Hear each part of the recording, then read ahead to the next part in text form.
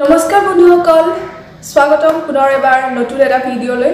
আশা কৰো আপোনালোকৰ ভাল আজি আমি এই ভিডিঅ'টোত অনুচ্ছেদ 20 বা আৰ্টিকেল 20 ৰ বিষয়ে আলোচনা কৰিম article 20 protection in respect of conviction for an offences মানে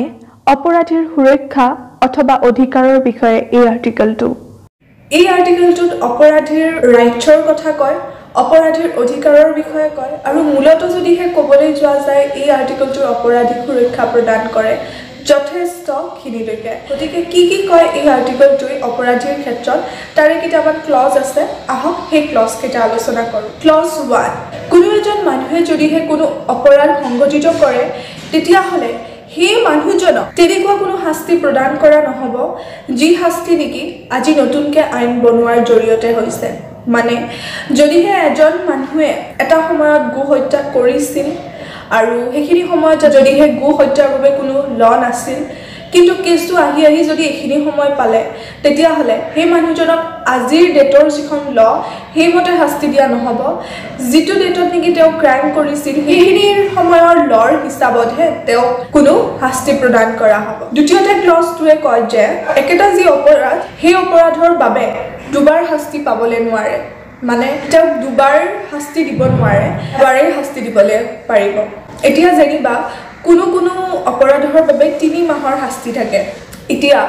যদিহে কোনো মানুহ কোৰ্টৰ জাজমেন্ট ওলোৱাৰ আগতে পুলিচ কাষ্টেডিত মানে জেইলত যদিহে 3 মাহ পৰ্যন্ত থাকে তেতিয়াহ'লে তেওঁৰ যেতিয়া জাজমেন্ট ওলাল যে তেওঁক 3 মাহ জেল দিব লাগিব সেই জেলটো আৰু তেওঁৰ ক্ষেত্ৰত এপ্লিকেবল নহ'ব কাৰণ তেওঁ অলৰেডি 3 মাহ পৰ্যন্ত জেল খাটি লৈছে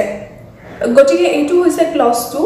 যিয়ে নেকি কয় যে কোনো অপৰাধীক দুবাৰ শাস্তি প্ৰদান কৰা নহ'ব ক্লজ 3 কয় যে কোনো এজন অপৰাধীক বাধ্য কৰোৱা নহ'ব তেওঁৰ এগেইনষ্টত তেওঁৰ বিৰুদ্ধে সাক্ষী দিবৰ বাবে মানে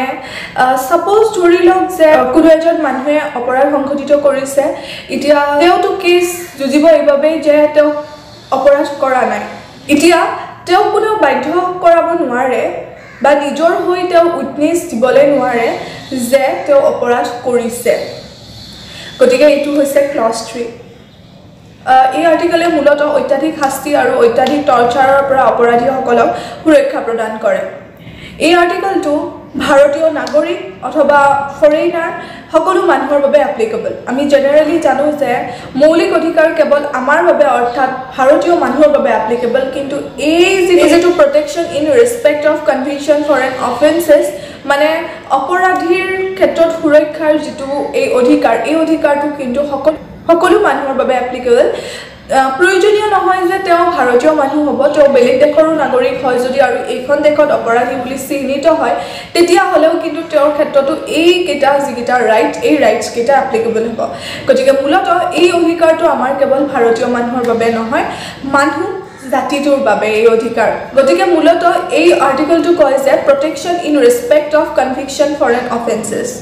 প্ৰথমতে কয় যে কোনো এজন মানুহক শাস্তি প্ৰদান কৰা নহ'ব তেনেকুৱা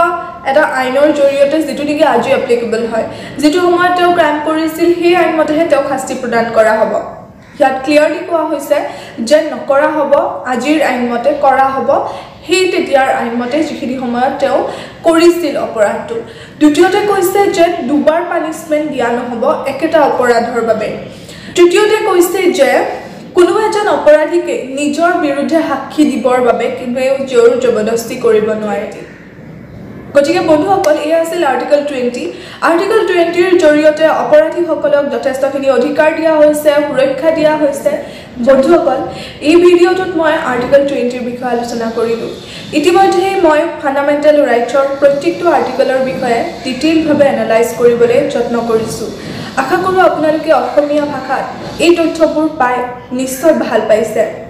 যদিহে আপোনালোকে আগলৈও এনেকুৱাই ধৰণৰ ভিডিঅ' চাবলৈ বিচাৰে পাবলৈ বিচাৰে তেতিয়াহ'লে এই চেনেলটো সাবস্ক্ৰাইব কৰিব আৰু শ্বেয়াৰ কৰিব আৰু ভিডিঅ'টো লাইক কৰিব যদিহে আপোনাৰ হেল্পফুল হৈছে চাওক বন্ধুসকল এটা ভিডিঅ' বনাবলৈ যথেষ্টখিনি কষ্ট হয় আৰু মোৰ কষ্টৰ সাৰ্থকতা এইখিনিতে যে আপুনি যদি লাইক কৰিছে গতিকে নিশ্চয় লাইক কৰিব যদিহে ভাবে যে আপোনাৰ হেল্পফুল হৈছে পুনৰ লগ পাম আৰু অতি ভাল আৰু গুৰুত্বপূৰ্ণ আৰু ইম্পৰ্টেণ্ট আৰ্টিকল আৰু টপিকৰ সৈতে আজিলৈকে তেতিয়াহ'লে ইমানতে এৰিছোঁ অতি সোনকালে লগ পাম আৰ্টিকল 21ৰ সৈতে